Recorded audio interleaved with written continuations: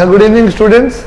So in the last lecture we were discussing some periodic properties. बहुत ही simple chapter है, फालतू यहाँ पे ज़्यादा टाइम देने की रुकने की ज़रूरत नहीं है. तो I told you the first thing that you have to do is memorize the periodic table, and I hope that you have memorized it by now. Any problem in that? If there is any problem, feel free and write it here and reply to that. So the first thing is memorize the periodic table. Then there are some periodic properties.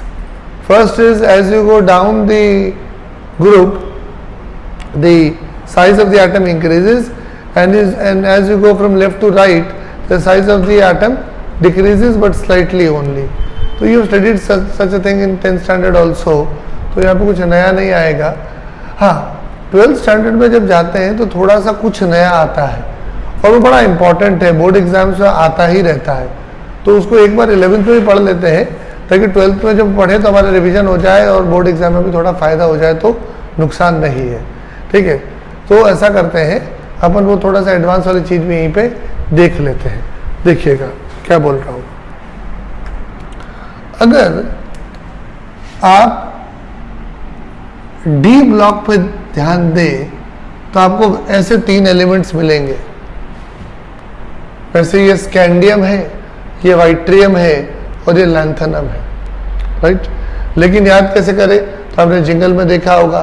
तो ये सचिन या लक्ष्मण के नाम से अपन याद कर सकते हैं. बहुत ग्रेट क्रिकेटर्स सचिन या लक्ष्मण, ठीक है, दोनों बहुत अच्छे बैट्समैन थे, ऐसे याद रख सकते हैं. तो जैसे जैसे नीचे आ रहे हैं वैसे वैसे एक्सपेक्ट किया जाता है कि साइज बढ़नी चाहिए, और यहाँ तक तो बढ़ भी रही है. जैसे स्कैंडियम होना चाहिए छोटा, वाइट्रियम होना चाहिए बड़ा, और लैंथनम होना चाहिए और भी बड़ा, और ऐसा ही होता है. तो कोई विवाद ही नहीं है, बहुत सिंपल है. लेकिन अगर जस्ट इसके आगे आ जाओ, TiZrHf, यह है टाइटेनियम, बहुमूल्य मेटल, बहुत ही बढ़िया, बहुत मजबूत है टाइटेनियम. जिरकॉनियम अपने रियल लाइफ में काम नहीं आता. हैफनियम भी अपने रियल लाइफ में बहुत काम आता है. तो यहाँ पर एक्सपेक्ट किया जाता है कि टाइटेनियम से थोड़ा सा बड़ा होना चाहिए जिरकॉनियम, और जिरकॉनियम से बड़ा होना चाहिए hafnium. This is what you expect, right. अभी जितना हमने 10th में पढ़ा, 11th में भी जो जितना एनसीईआरटी में दिया उसके हिसाब से you will expect this. But you will find in 12th standard, but you will find this in today's session कि ये एक्सपेक्टेड है बट ये होता नहीं है. सो साफ सुथरा काट दिया कि नहीं, ये नहीं होता. केमिस्ट्री है, चलता है ऊपर नीचे. इसी तरह से अगर आप आगे जाएं तो वनेडियम, एक होता है नायोबियम, एक होता है टैंटलम. याद करने के लिए कुछ जिंगल दी होगी, कैसे याद कर सकते हैं.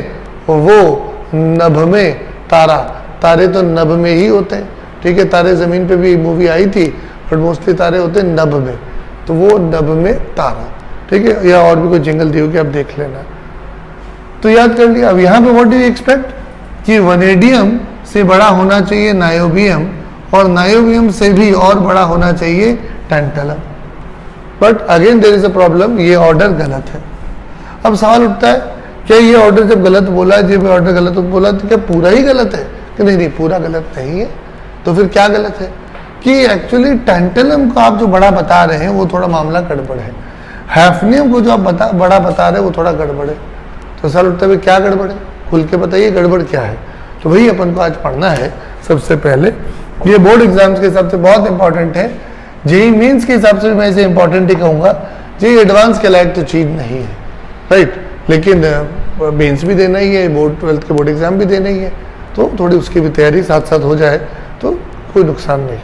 तो सुनिए क्या पढ़ने जा रहे हैं हम पढ़ने जा रहे हैं topic called lanthanoid contraction. Board exam में अक्सर डायरेक्ट क्वेश्चन आता है, what do you mean by lanthanoid contraction. बिल्कुल डायरेक्ट क्वेश्चन, ठीक. तो समझिए पहले कि लैंथेनॉइड कॉन्ट्रैक्शन क्या होता है. तो आप देखिए पीरियोडिक टेबल सामने रखिए. आई होप सभी पीरियोडिक टेबल को देख पा रहे हैं. अदरवाइज एनसीईआरटी खोलिए फटाफट पीरियोडिक टेबल वाला सेक्शन, जो पीरियोडिक टेबल का डायग्राम दे रखा है वहां चले जाइए आप. ठीक है, देख लिया आपने पीरियोडिक टेबल, मैं भी एक बार यहाँ पे खोल ही लूँ पीरियोडिक टेबल। ठीक है, अब पीरियोडिक टेबल में अगर आप देखें तो जो लैंथेनम है इनका एटॉमिक नंबर अगर आप देखें, हाँ एनसीईआरटी में आपको दिख रहे होंगे साफ साफ, इसका एटॉमिक नंबर है 21। इसमें अगर 18 जोड़ेंगे तो ये हो जाएगा 39 और इसमें और 18 जोड़ेंगे तो ये हो जाएगा 57। कोई चालाकी नहीं। फिर ये 21 के बाद होगा 22, ये 22 के बाद होगा 23। इस तरह से ये होगा 40, ये होगा 41। और आप देखिए 22 प्लस 18 भी 40 होता है, 23 प्लस 18 भी 41, तो इनमें गैप 18 का आ रहा है, राइट? कोई चालाकी नहीं। लेकिन अगर आप हैफनियम का एटॉमिक नंबर देखें तो वो 57 के बाद 58 नहीं मिलेगा आपको, चेक कर लीजिए, राइट? वो मिलेगा आपको 72। यस और नो? 72 हो गया। तो सवाल उठता है 72 भला कैसे हो गया? है पीरियोडिक टेबल में दिया हुआ, आप देख सकते हैं। तो 57 के बाद ये तो 58 होना चाहिए, तो 58 तो है नहीं, ये 58 तो है नहीं, ये 72 है। तो सवाल उठता है कि 58 फिर कहाँ गया? सवाल उठता है कि 58 फिर कहाँ चला गया? तो सुनिएगा, 58 वो अलग से बनाया नीचे पीरियोडिक टेबल में, 58 से लेके 71। आप देखिए 58, 59, 60, ये 3 हो गए। और इसके बाद 61 से लेके 70, ये 10 हो गए। और 71, कुल मिला के ये 14 एलिमेंट्स है। कुल मिला के ये 14 एलिमेंट्स है। और ये 14 एलिमेंट्स जो है, ये 14 एलिमेंट जो है, इनको हम बोलते हैं एफ ब्लॉक। एफ ब्लॉक की पहली लाइन है, उसको बोलते हैं, ओवरऑल तो जो 2 लाइन्स है उनको बोलते हैं एफ ब्लॉक, बट पहली वाली को स्पेसिफिकली बोलते हैं लेंथेनॉइड, दूसरे वाले को बोलते हैं एक्टिनॉइड। तो ये जो लाइन है, ये जो यहाँ चल रही है, जो कि पीरियोडिक टेबल में देख सकते हैं, उसे लेंथेनॉइड बोलते हैं। क्यों बोलते हैं लेंथेनॉइड? क्योंकि लेंथेनम के बाद आता है 57 लेंथेनम है। तो लेंथेनम के बाद जो आते हैं 14 एलिमेंट्स, यानी कि जो उसके बाद जितने भी 15, 20, 25 लोग आ रहे हैं वो सारे ना लेंथेनम के बाद जो 14 एलिमेंट आ रहे हैं उनको बोलते हैं लेंथेनॉइड्स। लेंथेनॉइड कॉन्ट्रैक्शन क्या होता है वो पढ़ेंगे, तो भी हम देख लेंगे। लेकिन लेंथेनॉइड क्या होते हैं पहले ये तो समझो आप। तो 57 के बाद यहाँ 58 आना चाहिए, बट आप देख रहे हैं कि यहाँ 72 है। तो फिर 58 से लेकर 71, ये 14 एलिमेंट्स कहाँ गए कि नीचे से अलग अलग से बनाए जाते हैं नीचे, ठीक है? और इन्हें क्या बोलते हैं? लेंथेनॉइड्स। ये एफ ब्लॉक का पार्ट है, बट इसको लेंथेनॉइड भी बोलते हैं। क्यों? लेंथेनम के बाद जो आया वो लेंथेनॉइड है। और गौर करने लायक एक बात कि लेंथेनम स्वयं लेंथेनॉइड नहीं है, लेंथेनम के बाद आने वाले लोग लेंथेनॉइड है। लेंथेनम लेंथेनॉइड नहीं है। लेंथेनम के बाद वाले 14 एलिमेंट्स को हम लेंथेनॉइड बोलते हैं। लेंथेनम स्वयं जिसके नाम पे चीज रखी गई वो लेंथेनॉइड नहीं है, ध्यान रखना। तो भी समझेंगे हम लेंथेनॉइड कॉन्ट्रैक्शन क्या होता है, लेकिन फिलहाल 2-3-4 मिनट हमने क्या समझ लिया कि लेंथेनॉइड क्या होते हैं, फिर कॉन्ट्रैक्शन वर्ड भी इसमें जोड़ देंगे अपन। तो आप थोड़ा सा तसल्ली से इसको लिख लीजिए कि ये लेंथेनॉइड्स होते हैं। और पीरियोडिक टेबल की बनावट थोड़ी ऐसी है, 57 के बाद 58 डायरेक्टली वही नहीं आ रहा। आप देखो 21 के बाद 22 यहाँ आ रहा है, 39 के बाद 40 यहाँ आ रहा है, लेकिन 57 के बाद 58 यहाँ नहीं, कहीं और आ रहा है। यस, कोई बहुत झगड़ा नहीं है, बहुत सिंपल बात है, लिखिए आप उसको अच्छे से।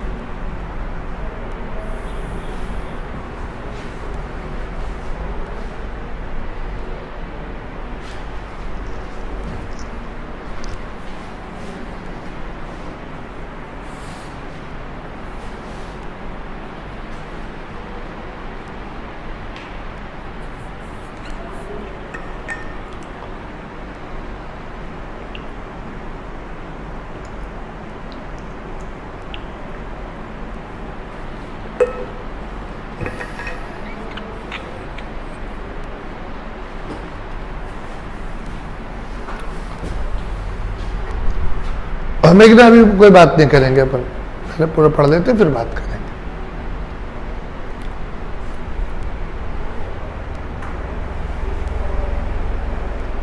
चलिए, तो ये आपने लिख लिया कि लैंथेनॉइड्स क्या होते हैं, ठीक है। अब आती है बात कि लैंथेनॉइड कॉन्ट्रैक्शन क्या है। तो देखिए, सुनिए, जैसे जैसे आप नीचे आते हैं स्कैंडियम से वाइट्रियम, तो एटम की साइज बढ़नी चाहिए, बढ़ती भी है। वाइट्रियम से लैंथेनम पे आए तो एटम की साइज और बढ़नी चाहिए, और वो और बढ़ती भी है।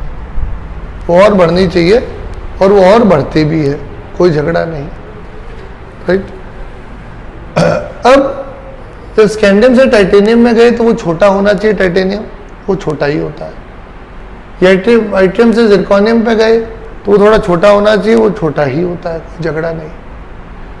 अब लैंथेनम से जब हैफनियम में गए तो वो छोटा होना चाहिए, as you go to the right size decreases, तो वो छोटा होता भी है। लेकिन हैफनियम जितना छोटा आप एक्सपेक्ट करते हैं उससे कहीं कहीं कहीं ज्यादा छोटा हो जाता है, राइट। किसी को समझ कि टाइटेनियम जरा छोटा है स्कैंडियम से, क्या ये तो हम एक्सपेक्ट करते हैं, क्या नई बात बता रहे हो, कुछ भी नहीं।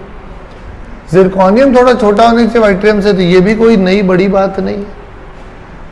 हैफनियम छोटा होना चाहिए लैंथेनम से, बट रियलिटी में देखा गया कि वो छोटा नहीं है, बहुत बहुत बहुत छोटा है, राइट। तो पहले इसको समझते हैं कि बहुत बहुत छोटा क्यों है, ये इसको समझते हैं। तो सुनो, जब आप इधर से इधर आएंगे तो साइज थोड़ी छोटी होती है। जितना कदम आप इधर बढ़ेंगे, जैसे वाइट्रियम से छोटा होगा जिरकोनियम, और जिरकोनियम से भी छोटा होगा नायोबियम, फिर जैसे जैसे राइट में जाएंगे साइज छोटी होती है। तो यहां पर जब आप लैंथेनम से इधर आ रहे हैं तो आप एक कदम में नहीं आ रहे हैं ना। जैसे अगर आप वाइट्रियम से नायोबियम में गए तो 2 कदम में गए, 39 से 40, 40 से 40, 2 कदम, 2 कदम के हिसाब से थोड़ा छोटा फिर और छोटा। लेकिन अगर आप यहां से आ रहे हैं तो एक कदम में नहीं आ रहे। 57 से 72 में डिफरेंस है 15 का, एक कदम में नहीं आ रहे, 1 प्लस एक्स्ट्रा 14। तो आप जब यहां से आ रहे हैं 1 कदम प्लस एक्स्ट्रा 14 कदम, तो एक्स्ट्रा 14 कदम चलने से एक्स्ट्रा 14 टाइम छोटे भी तो हो जाओगे आप। एक्स्ट्रा 1 कदम चलोगे तो 1 कदम एक्स्ट्रा होगा तो थोड़ा छोटा और हो जाएगा। 14 टाइम्स एक्स्ट्रा स्टेप्स लिए तो 14 एक्स्ट्रा स्टेप्स लोगे तो 14 टाइम एक्स्ट्रा स्मॉल भी हो जाओगे।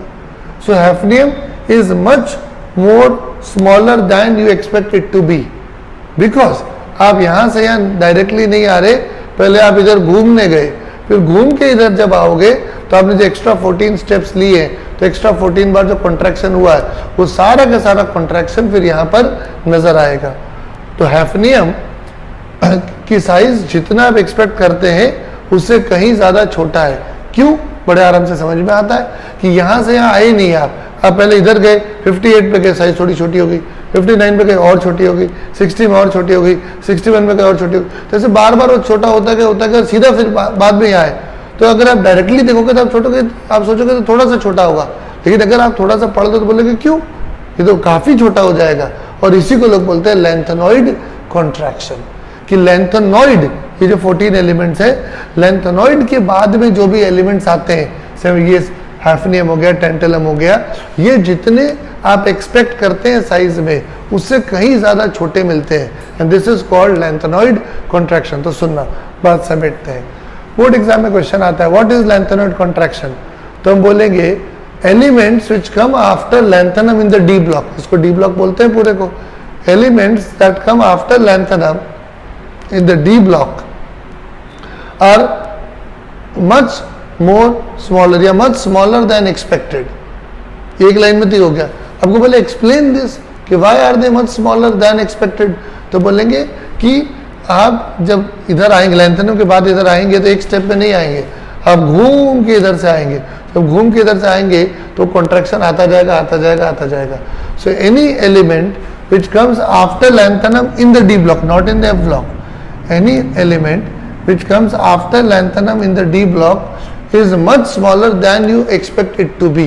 This is called lanthanoid contraction and it is nothing surprising। जैसे जैसे आप राइट साइड में जाते हैं एटम छोटा होता है, जैसे जैसे राइट साइड में जाते हैं एटम छोटा होता है। तो अगर आप राइट साइड में एक कदम जाओगे तो थोड़ा छोटा हो जाओगे, 2 कदम जाओगे तो थोड़े और छोटे हो जाओगे, तो 14 एक्स्ट्रा स्टेप जब आ जाएंगे तो 14 बार एक्स्ट्रा कॉन्ट्रैक्शन भी तो आ रहा है। इसलिए लेंथनो के बाद जितने भी लोग डी ब्लॉक में आएंगे they are much smaller than they are expected to be. तो डी ब्लॉक में 10 कॉलम है, जैसे सचिन या लक्ष्मण, ये जो टाइटेनियम जिरकोनियम इसको बोलते हैं तिवारी जोर से हाफे, तो ये 10 कॉलम है। तो पहला जो कॉलम है वहां पर लेंथेनम कॉन्ट्रैक्शन नहीं लगता, क्योंकि लेंथेनम के बाद सारा लफड़ा है। तो जो 10 कॉलम है उसमें से पहले कॉलम में कोई लफड़ा नहीं है, वहां पे ऊपर वाली चीज छोटी, नीचे वाली चीज बड़ी, नीचे वाली चीज और बड़ी, कोई लफड़ा नहीं। लेकिन उसके बाद जो अगले 9 कॉलम है वहां पे लफड़ा हो जाता है। वहां पर जो 4D, पहले 3D फिर 4D और 5D, तो जो नीचे वाले 2 हैं वो उनमें साइज का गैप ऑलमोस्ट नेग्लिजिबल, बहुत कम हो जाता है। तो वी एक्सपेक्ट कि 3D के बाद बड़ा होगा 4D और 4D से बड़ा होगा 5D। तो होता है कि 3D तो छोटा है और उससे बड़ा 4D उससे बड़ा है, लेकिन 5D उससे बहुत बड़ा है, ये कहना गलत हो जाता है।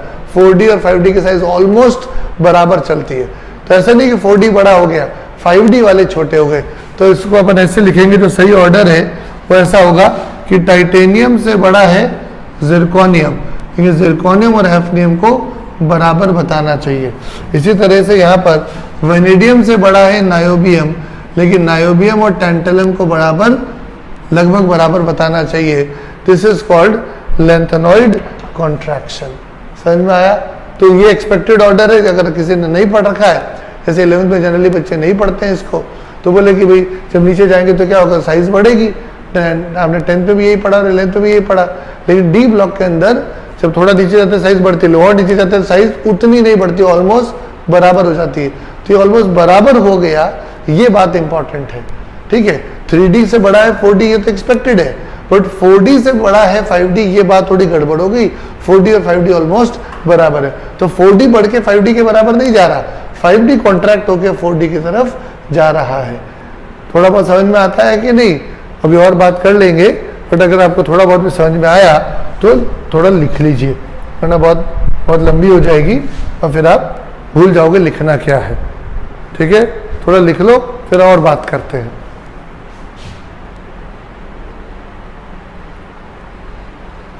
अरे चैट बॉक्स में वाई मत लिखो, मैं जो बोलूं तो भी लिखो। मेघना का डाउट आया हुआ है, मेघना से बात करते हैं। चलो मेघना से बात करो।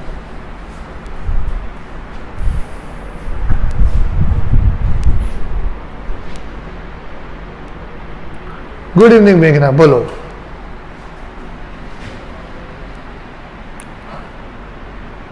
हाँ जी बिल्कुल।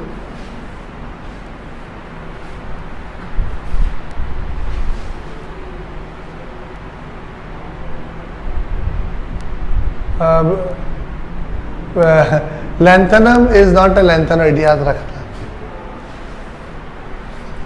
अच्छा, वेलकम।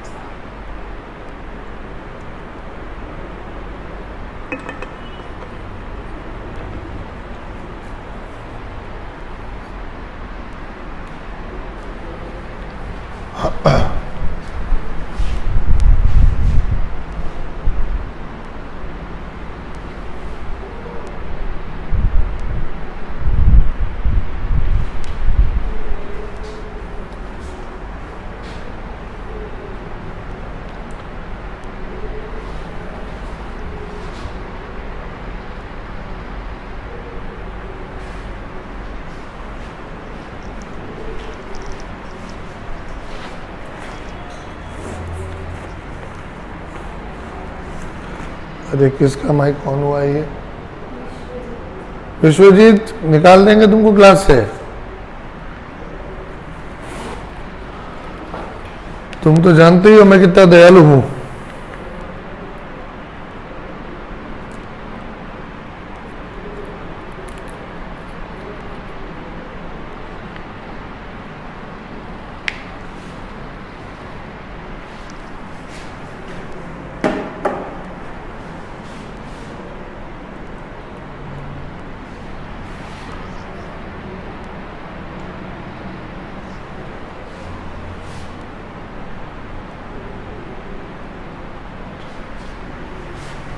चलिए, so that was our first introduction to the concept of lanthanoid contraction. इसको वापस एक बार सुनिए। पहली बार में थोड़ा अजीब लग सकता है, बट जनरली स्टूडेंट्स को इसमें प्रॉब्लम नहीं आती है। देखो, ये इम्पॉर्टेंट क्यों है कि जिसने ये नहीं पढ़ रखा, जैसे कल तक आपने भी नहीं पढ़ रखा था, और उससे पूछ लिया जाए कि पीरियोडिक टेबल में टाइटेनियम के नीचे जिरकोनियम आता है, जिरकोनियम के नीचे हैफनियम आता है, तो आप इनकी एटॉमिक साइज पे कमेंट करो। तो आप कमेंट तो करोगे कॉन्फिडेंटली आप, क्योंकि आपने 10th में पढ़ रखा है, 11th में भी पढ़ रखा है कि जैसे जैसे नीचे जाते हैं वैसे वैसे साइज होती है थोड़ी थोड़ी ज्यादा। तो आप बोलोगे टाइटेनियम से बड़ा जिरकोनियम, जिरकोनियम से बड़ा हैफनियम, और ऐसा ऑप्शन वहां इंतजार कर रहा है, तो आप उसे कॉन्फिडेंटली टिक कर दोगे।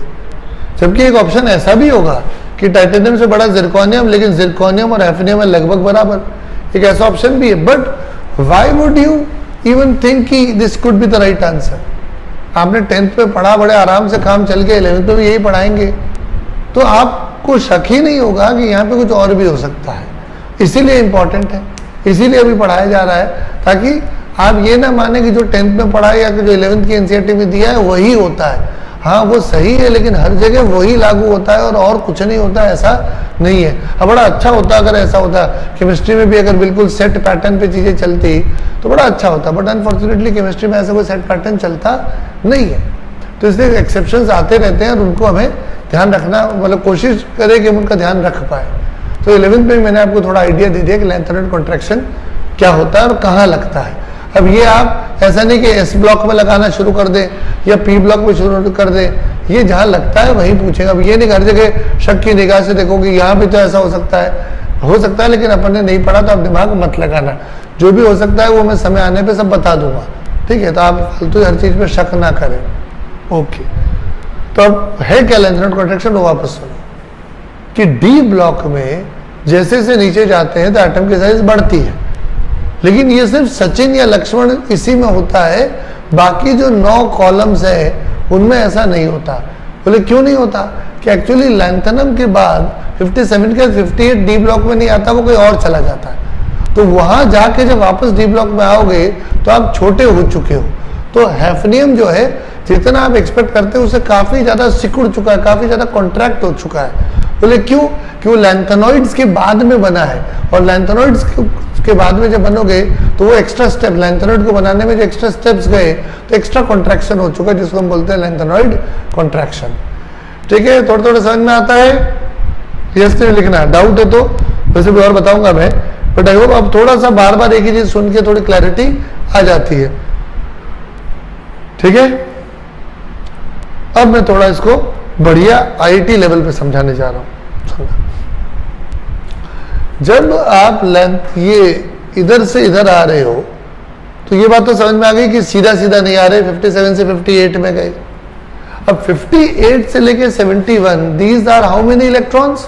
If you count, you will agree that there are 14 electrons, right?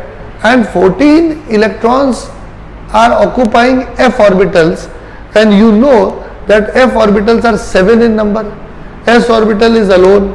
P orbital comes in a set of 3. D orbital comes in a set of 5. F orbitals come in a set of 7. And in 7 orbitals you can accommodate 14 electrons. 7 would be upspin, 7 would be downspin. And that is why those 14 elements are called F block elements, because in making those elements the electrons are going into F orbitals. In making those elements the last electron is going into F orbital, hence they are given the name F block.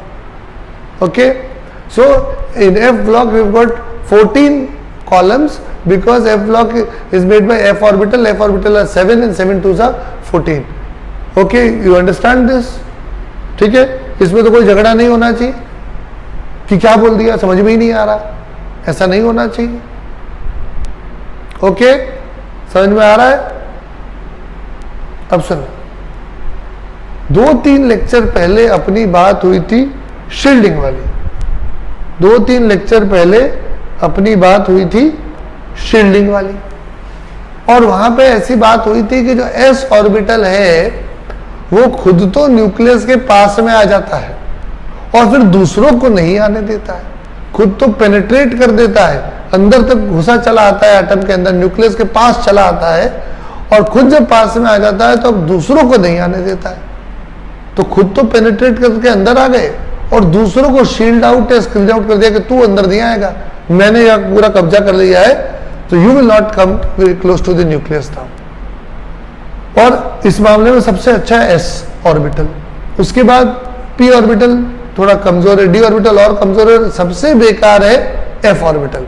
f orbital nucleus को cover करता ही नहीं है, वो तो दूर ही अलग थलग रहता है। ये बात समझ में आती है कि नहीं आती है?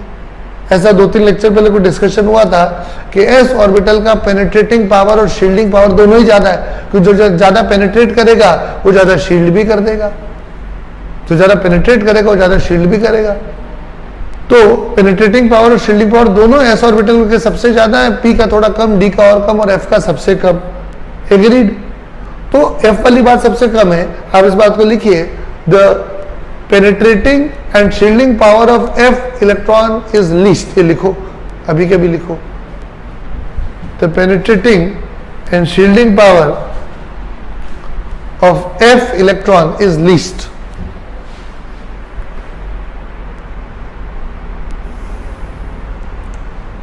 The penetrating and shielding effect या power of f electron is least।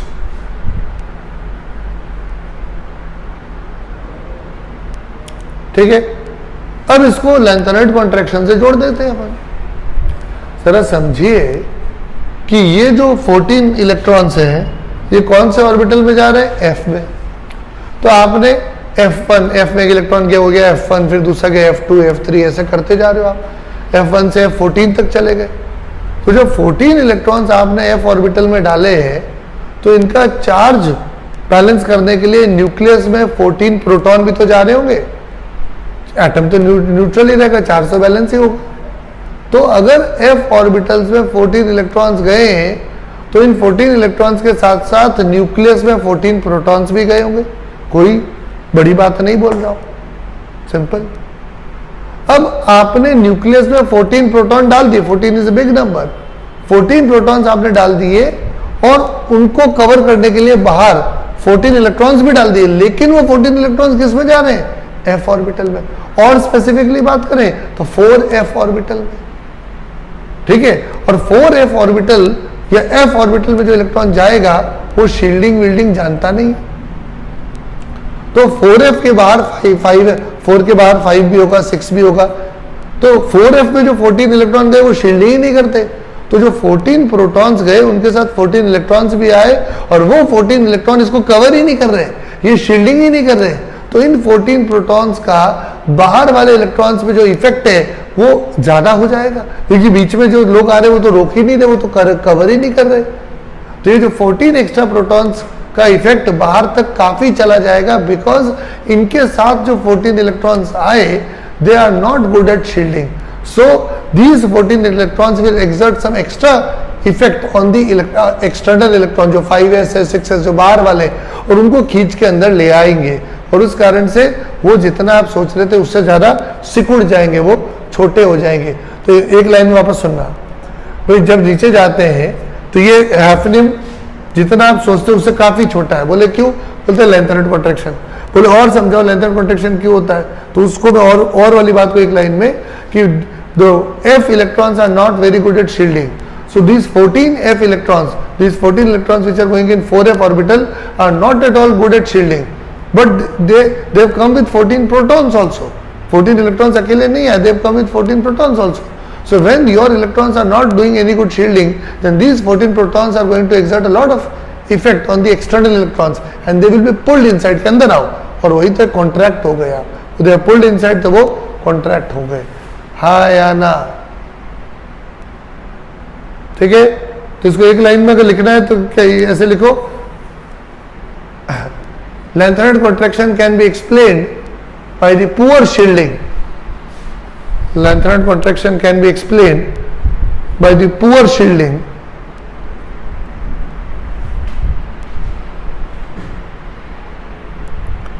lengthened contraction can be explained by the poor shielding of 4f electrons. हो सकता है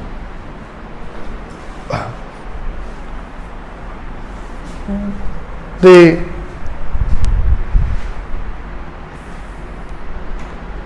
lengthened contraction can be explained by the poor shielding of 4f electrons.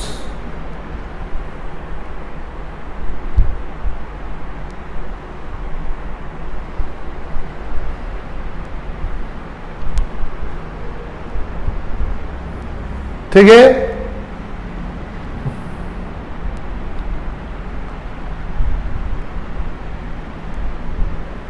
चलिए,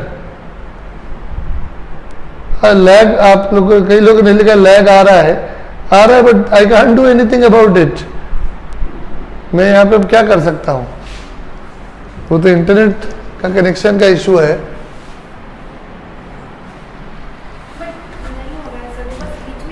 हाँ, लेकिन अब मेरा video क्यों गायब हो गया यहाँ से? विश्वजीत को निकाल दो क्लास से।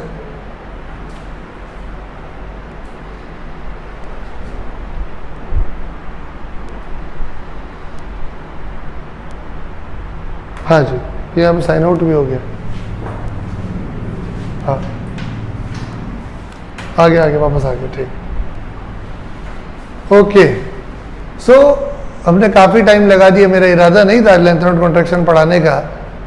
ये चैप्टर में जल्दी फटाफट करा देता हूँ, यहाँ पे रुकता नहीं हूँ मैं, बट ये अच्छा डिस्कशन हो गया, आपके काम आएगा। ये 12th में बोर्ड एग्जाम में आप देखेंगे कि ऑलमोस्ट ऑल्टरनेट ईयर आ ही जाता है, मतलब 10 साल में 5 बार पूछते हैं, और हमने बोर्ड लेवल के उससे आगे तक का भी पढ़ लिया है।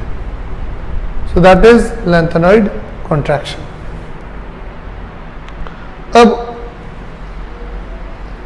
फटाफट और बातें इसकी करते हैं, समेटते हैं इसको। देखो,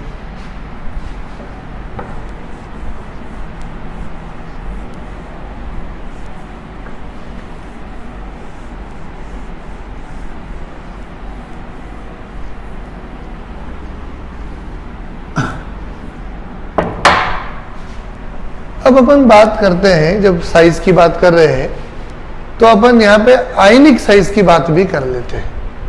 थोड़ा डिस्कशन लास्ट लेक्चर में हुआ था आइसो इलेक्ट्रॉनिक वाला, लेकिन वो पूरी बात नहीं हुई थी, तो वो आज अपन पूरी कर लेते हैं। देखिएगा, अगर मान लीजिए मेरे पास कोई भी एलिमेंट है, मैं ई लिख देता हूँ, कोई भी एलिमेंट है, उसके पास कुछ x प्रोटॉन से x इलेक्ट्रॉन से बराबर है, न्यूट्रल होना चाहिए।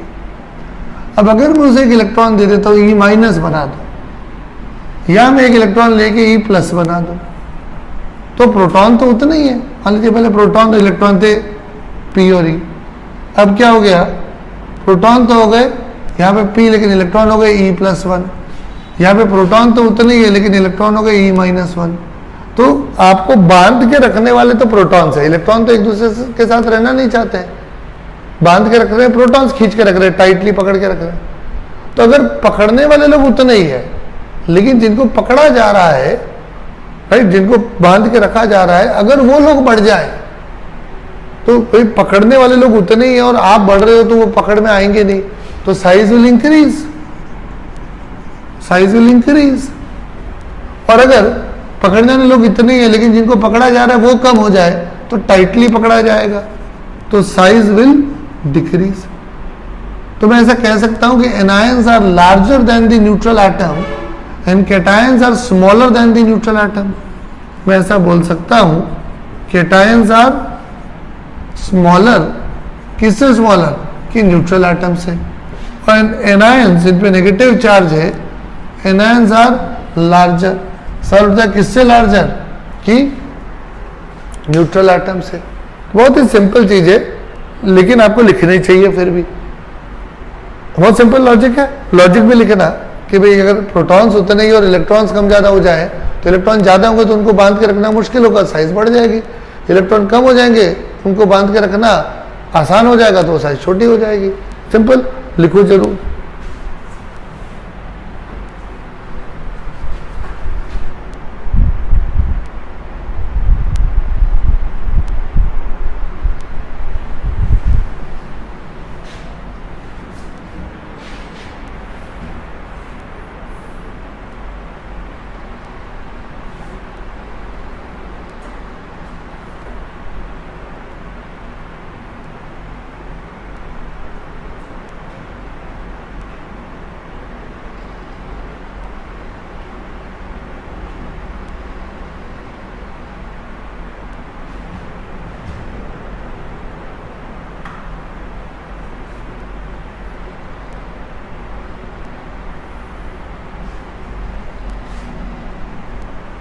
चलिए,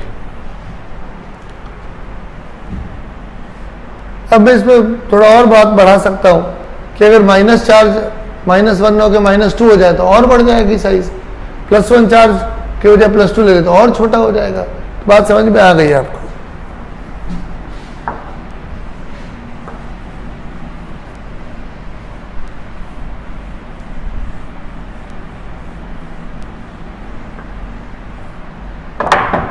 चलिए, अब आइसो इलेक्ट्रॉनिक वाली बात जो अपन ने ऑलरेडी पढ़ रखी है उसको यहाँ शामिल कर लेते हैं।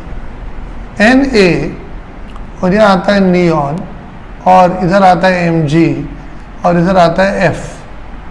तो वैसे तो इन सबके अलग अलग इलेक्ट्रॉन्स है, प्रोटॉन्स भी अलग अलग है, लेकिन अगर इसमें माइनस चार्ज आ जाए, इस पर +1 आ जाए, इस पर +2 आ जाए तो प्रोटॉन्स तो अलग अलग है लेकिन इलेक्ट्रॉन बराबर है और इसलिए इनको बोलते हैं आइसो इलेक्ट्रॉनिक स्पीशीज। ठीक है, अब इनमें साइज की बात कर लेंगे तो ये तो बहुत सिंपल है कि इसके पास प्रोटॉन है 9, इसके पास है 10, इसके पास है 11, इसके पास है 12। तो इलेक्ट्रॉन जिनको बांध के रखना है वो तो 10 ही है, लेकिन जो बांध के रखेंगे प्रोटॉन्स वो बदल गए। तो आप कॉमन सेंस से सोच सकते हैं कि ये एनायन बड़ा होगा, ये न्यूट्रल चीज उससे थोड़ी छोटी, फिर ये और छोटा और मैग्नीशियम सबसे छोटा। बहुत सिंपल है, सोच सकते हैं। तो अपन एटॉमिक साइज पढ़ ली, उसको ज़्यादा टाइम दिया। फिर बात करें आयनिक साइज की और उसको अपन ज़्यादा टाइम नहीं दे रहे। कोई प्रॉब्लम है तो चैट बॉक्स में डी लिखिए, वरना आगे बढ़ते हैं।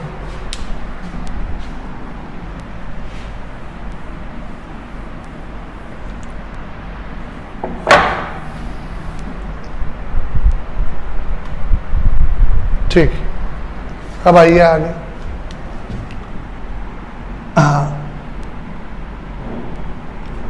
अब अगली जो पीरियोडिक प्रॉपर्टी अपन को पढ़नी है उसे बोलते हैं आयोनाइजेशन एनर्जी।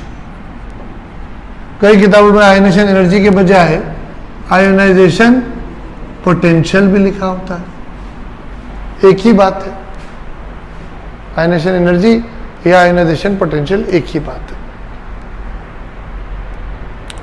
ये क्या है? तो जैसा नाम वैसा काम कि भाई कोई भी एटम है, मेटल नॉन मेटल कोई भी एटम है, वो वहां पे कुछ प्रोटॉन्स न्यूट्रॉन्स इलेक्ट्रॉन का कुछ सेटअप जमावड़ा हुआ है, वो अपने शांति से बैठे हैं। लेकिन अगर आप चाहें कि नहीं नहीं ये इलेक्ट्रॉन जो है मेरे को हटाना है तो आप हटा सकते हैं, लेकिन आपको एनर्जी देनी पड़ेगी। अगर आप एनर्जी देंगे तो इलेक्ट्रॉन जंप करके आगे वाले ऑर्बिटल्स पे जा सकते हैं, बहुत ज़्यादा दे देंगे तो बाहर ही निकल सकते हैं, तो एनर्जी देनी पड़ेगी। अगर बाहर ही निकल जाएगा तो पीछे जो बचेगा वो एटम नहीं, वो एक आयन हो जाएगा। तो आयन बनाने के लिए जो एनर्जी चाहिए उसे बोलते हैं आयोनाइजेशन एनर्जी। तो सुनो, अपन क्या पढ़ रहे हैं? Ionization energy. कि मुझे क्या होती है आयोनाइजेशन एनर्जी? कि आयोनाइज करने के लिए जो एनर्जी चाहिए उसे बोलते हैं आयोनाइजेशन एनर्जी। आयोनाइज करने के लिए जो एनर्जी चाहिए उसे बोलते हैं आयोनाइजेशन एनर्जी। इसको भी और क्लियर करते हैं, बोलते हैं मिनिमम एनर्जी जो चाहिए आयोनाइज करने के लिए। मिनिमम क्यों? तो ज़रा समझिए। मान लीजिए कोई एलिमेंट है, सोडियम है, उसके पास 1s इलेक्ट्रॉन भी है, 2s इलेक्ट्रॉन भी है, 2p इलेक्ट्रॉन भी है, 3s इलेक्ट्रॉन भी है। तो किसी को भी हटाने के लिए एनर्जी तो चाहिए, लेकिन 1s को हटाने के लिए, अंदर से इलेक्ट्रॉन को हटाने के लिए ज़्यादा एनर्जी चाहिए, 3s से इलेक्ट्रॉन हटाने के लिए कम एनर्जी चाहिए। तो वो मिनिमम वाली बात यहाँ पे आती है कि बाहर वाले को निकालो ना, जो ऑलरेडी बाहर है उसको और बाहर करना आसान है।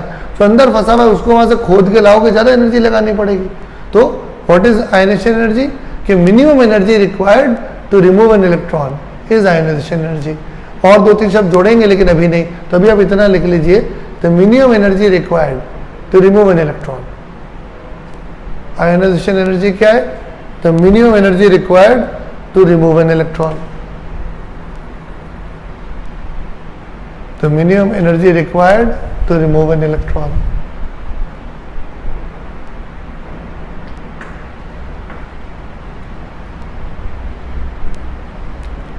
The minimum energy required to remove an electron.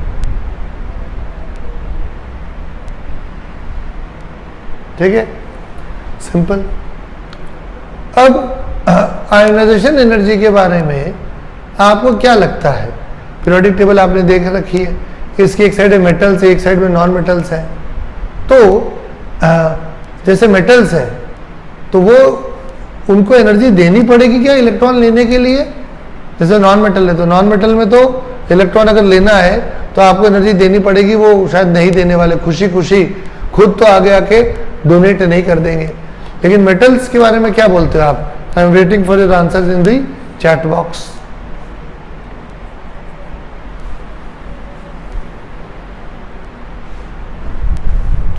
Manav says it will be low.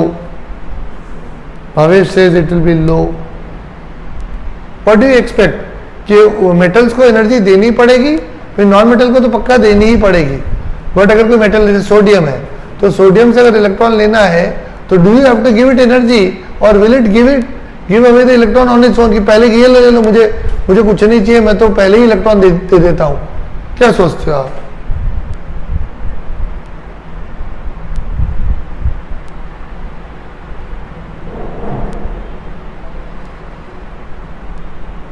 हाँ, तो सबके जवाब मोरल सही आ रहे हैं। सभी लोग एक बड़ी इंपॉर्टेंट चीज लिखे, आयोनाइजेशन इज ऑलवेज, और ऑलवेज मतलब always, ionization is always endothermic.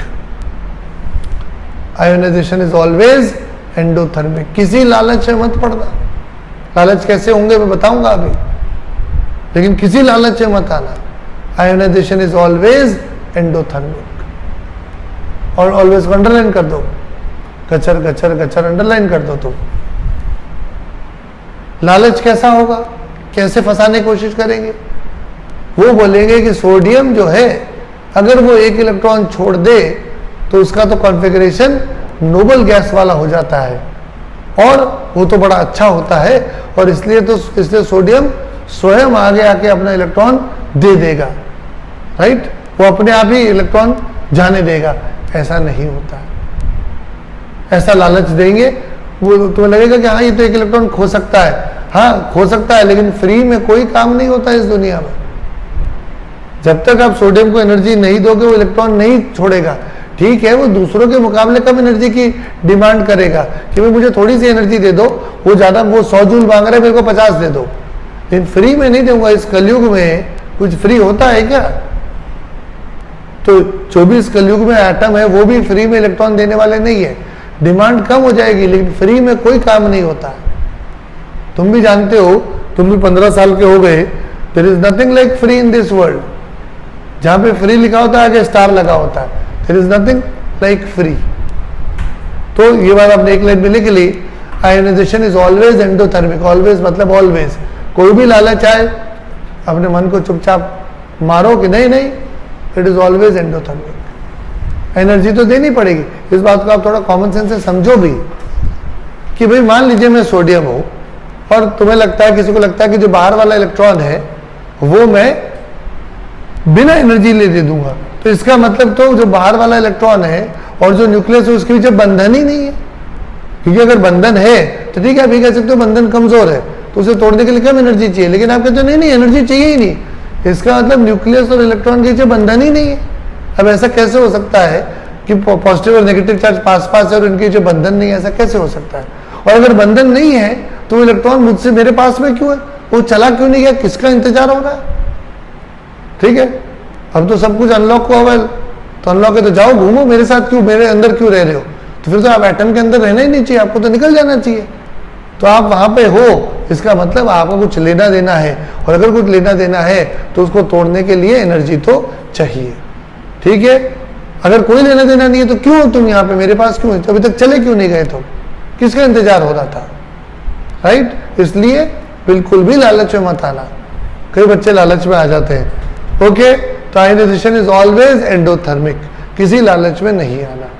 ठीक है, लगे हाथ में यहाँ पे दूसरी बात भी जोड़ देता हूं जिसमें आप फंस सकते हो।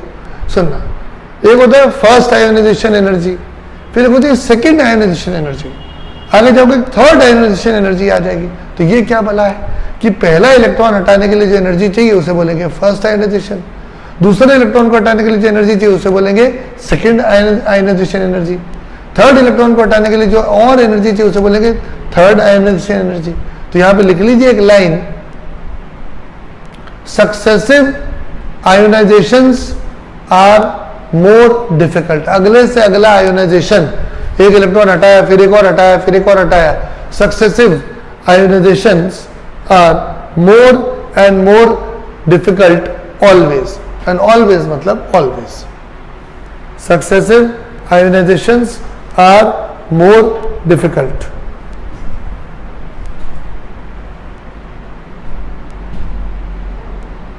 ठीक है, ऑलवेज, किसी लालच में मत आना।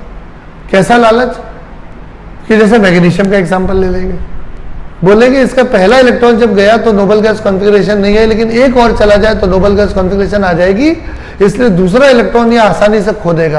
अगर पहले इलेक्ट्रॉन के लिए इसकी डिमांड थी 100 जूल की मान लीजिए, तो दूसरे इलेक्ट्रॉन के लिए डिमांड 100 जूल से कम होगी, ऐसा मत सोचना। क्योंकि सोचो पहले कोई चीज न्यूट्रल थी, जब न्यूट्रल चीज थी और तब आप उससे इलेक्ट्रॉन ले रहे तो एनर्जी मांग रहा था, तो जब एक इलेक्ट्रॉन चला गया तो पीछे तो प्लस चार्ज आ गया। अब एक पॉजिटिव चीज में से इलेक्ट्रॉन हटाना है तो न्यूट्रल से तो ज्यादा एनर्जी मांगूंगा, जब मैं न्यूट्रल था तो भी कुछ एनर्जी की डिमांड कर रहा था, तो जब एक इलेक्ट्रॉन चला गया अब मैं तो कैटायन बन गया, पॉजिटिव चार्ज आ गया, तो पॉजिटिव चार्ज में से आप इलेक्ट्रॉन को दूर ले जाना चाहते हैं तो ये तो और मुश्किल होगा। इसलिए किसी लालच से मत आना, अगले से अगला आयोनाइजेशन सदैव मुश्किल होगा। फर्स्ट आयोनाइजेशन से ज्यादा मुश्किल होगा सेकंड आयोनाइजेशन से ज्यादा मुश्किल होगा थर्ड आयोनाइजेशन से ज्यादा मुश्किल होगा फोर्थ। किसी लालच में मत आना।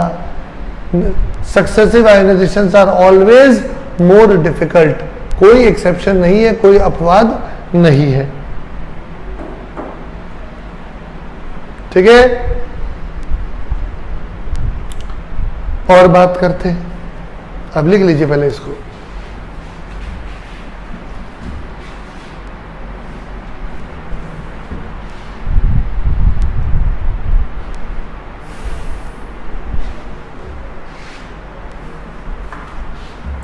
चलिए, अब आयोनाइजेशन एनर्जी का पीरियोडिक ट्रेंड की बात करते हैं कि अगर पीरियोडिक ट्रेंड में आप नीचे जाएंगे तो आयोनाइजेशन एनर्जी में किस तरह का असर पड़ेगा, अगर आप लेफ्ट से राइट में जाएंगे तो आयोनाइजेशन एनर्जी में किस तरह से असर पड़ेगा। तो आपने जो रेडियस वाली एटॉमिक साइज वाली बात सीखी हुई है वो बड़ी काम आती है। जैसे जैसे आप पीरियोडिक टेबल में नीचे जाते हैं तो एटम की साइज क्या होती है, ज्यादा। अगर ज्यादा हो गई, बढ़ गई, मतलब जो सबसे बाहर वाला इलेक्ट्रॉन है वो दूर चला गया। अगर सबसे बाहर वाला इलेक्ट्रॉन दूर चला गया तो उसको वहां से हटाना आसान हो जाएगा। वो दूर है, इसका मतलब ज्यादा बड़ा, ज्यादा मजबूत बंधन नहीं है, वरना दूर क्यों गएगा, ज्यादा अच्छा बंधन है तो पास में आओ ना आप। तो दूर है, इसका मतलब बंधन कमजोर है, बंधन कमजोर है तो इसका मतलब उसको तोड़ना भी आसान होगा। तो अपन कह सकते हैं, रुक जाना, लिखना नहीं, कि जैसे जैसे पीरियोडिक टेबल में अपन नीचे जाएंगे वैसे वैसे आयोनाइजेशन एनर्जी हो जाएगी कम। इन इतनी बड़ी पीरियोडिक टेबल है, कुछ एक्सेप्शन तो आएंगे। तो there are some with some exceptions, जो कि हम समय आने पे सीखेंगे, विद सम एक्सेप्शंस। इसी तरह से जब लेफ्ट से राइट में जाएंगे पीरियोडिक टेबल में, जब पीरियोडिक टेबल में लेफ्ट से राइट में जाएंगे तो एटॉमिक साइज होती है थोड़ी थोड़ी थोड़ी थोड़ी छोटी, और जब छोटे हो गए आप, इसका मतलब इलेक्ट्रॉन नजदीक आ गया। इलेक्ट्रॉन नजदीक आ गया इसका मतलब उसको टाइटली पकड़ लिया गया, टाइटली पकड़ लिया गया तब उसको हटाना मुश्किल हो जाएगा। तो जैसे जैसे आप लेफ्ट से राइट में जाएंगे साइज होगी थोड़ी थोड़ी छोटी, इलेक्ट्रॉन आएगा थोड़ा थोड़ा पास, मतलब उसको टाइटली पकड़ा गया है, और टाइटली पकड़ा गया मतलब उसको हटाना मुश्किल हो जाएगा। तो आयोनाइजेशन एनर्जी हो जाएगी ज्यादा, but obviously they will be some exceptions. तो यहाँ लिख देते हैं विथ सम एक्सेप्शंस, जो समय आने पे पढ़ा दिए जाएंगे। तो सुनिए, अगर एक्सेप्शंस को इग्नोर कर दे जो फिलहाल अपन कर भी रहे हैं, तो जैसे जैसे नीचे जाएंगे साइज होगी ज्यादा, इलेक्ट्रॉन चला गया दूर तो हटाना आसान है। जैसे जैसे आप लेफ्ट से गए राइट में साइज होगी कम, तो इलेक्ट्रॉन आगे पास और पास आ गया तो उसको हटाना मुश्किल होगा।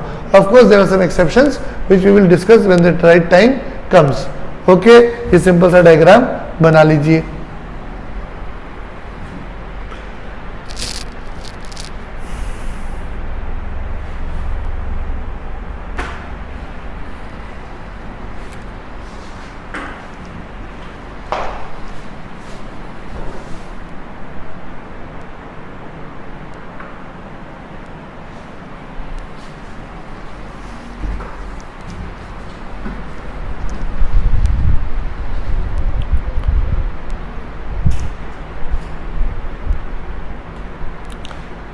चलिए, अब एक बात याद दिलाइए कि आपने लास्ट चैप्टर में वो पढ़ा क्या, पढ़ा ही होगा, extra stability of fulfilled and half filled orbitals, exchange energy, वो यहाँ पे काम आएगी। Extra stability of fulfilled and half filled orbitals and something called exchange energy, तो उसे अपन यूज करेंगे अगली क्लास में। एंड यहाँ पे जो एक्सेप्शंस है उनमें से कुछ एक्सेप्शंस को अपन देखेंगे। तो सुनो, हमने पिछला चैप्टर करा एटॉमिक स्ट्रक्चर, जो कि बहुत ही मुश्किल है और उसके अपन ने असाइनमेंट दे दिए जो धीरे धीरे डिस्कस होंगे। वहाँ पे पता नहीं अपन क्या क्या एडवांस बातें कर रहे थे, हाइजेनबर्ग्स अनसर्टेनिटी प्रिंसिपल और डी ब्रूगली और electron is not a particle it is a wave और न जाने क्या क्या। उसके मुकाबले देखें तो ये बहुत ही सरल आपको लगना चाहिए, बहुत टेंथ जैसा है, थोड़ा सा एक कदम आगे बढ़े। जिस तरह से एटॉमिक स्ट्रक्चर में एकदम बहुत आगे बढ़ गए, वैसा आपको यहाँ पे नहीं लगना चाहिए। ठीक है, I hope you are finding this much more simple and in the next lecture we would have finished this chapter. अगले लेक्चर जो भी होगा कल परसों, उसमें ये चैप्टर हो जाएगा एंड अपन फिर एटॉमिक स्ट्रक्चर के क्वेश्चंस जो दे रखे तो उनको अपन डिस्कस करेंगे। Okay, so that's all, see you in the next class, till then stay safe. इनकी तो क्लास है, इसको रिकॉर्डिंग बंद कर दो प्लीज।